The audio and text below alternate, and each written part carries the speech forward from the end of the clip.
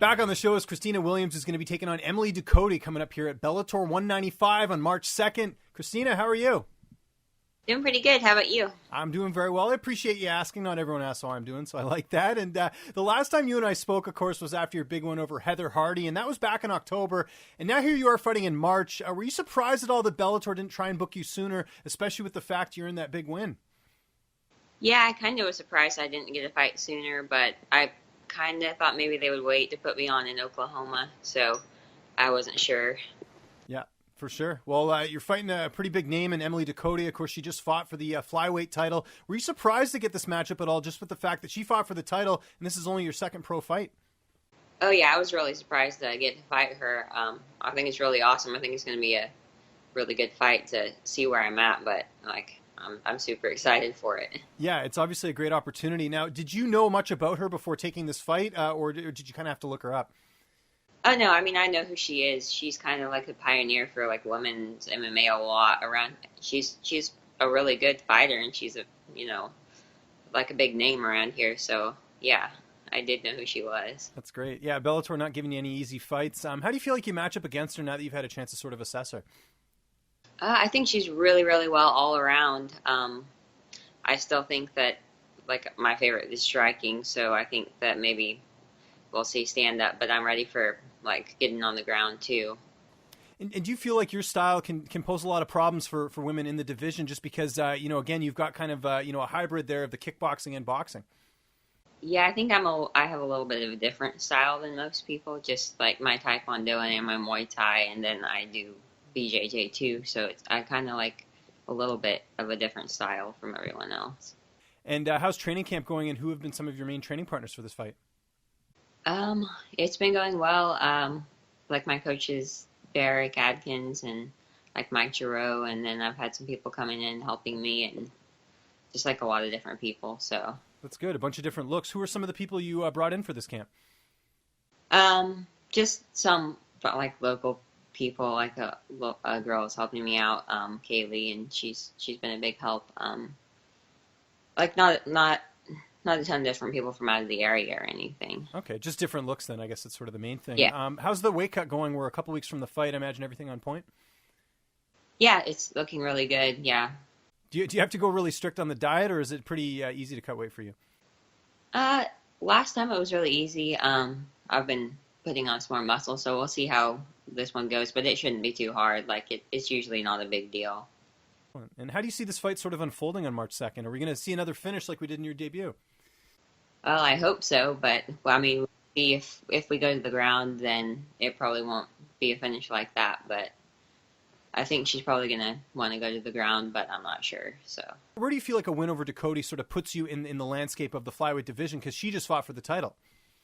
I think it'll put me way up there, and I think it's a huge statement for me to fight her and win because she's so well-rounded and she's so good that that's a huge statement for me to win over her. And I imagine you want to stay active just to kind of keep this momentum going. Are you looking, if you get a finish here, are you looking to get right back in there? Yeah, I'm ready to go whenever. So yeah, if everything goes well, I would definitely like to get back in there soon. And with this fight being close to home, how much have people been hitting you up for tickets and wanting to go to the event and everything? I've gotten a whole lot of support, so it's been really awesome for that, to see how much everybody wants to come out and support me.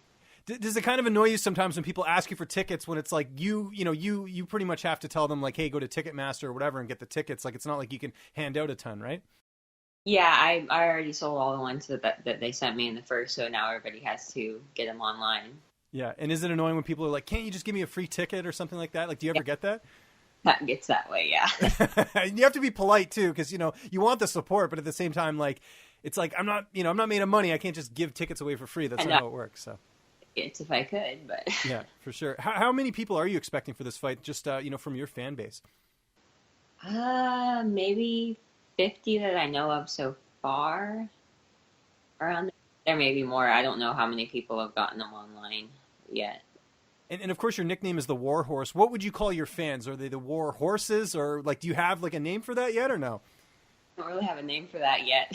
Okay, fair enough. One of the things I wanted to ask you is, obviously Bellator is, kind of, they're owned by Paramount, and obviously, there's a lot of pro wrestling stuff that's sort of involved there. Does pro wrestling ever interest you as something, down the line? We just saw Ronda Rousey make her move to WWE. Is that something that would ever interest you?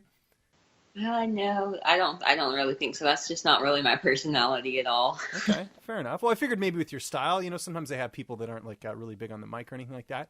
One thing I do know you like talking about is horseback riding, of course, with the Warhorse name and everything else. Did you get much in during this training camp, to kind of take your mind off things? Not near as much as I would like, especially with the weather being cold and everything. It's been kind of hard to get a good day to do that too much. So.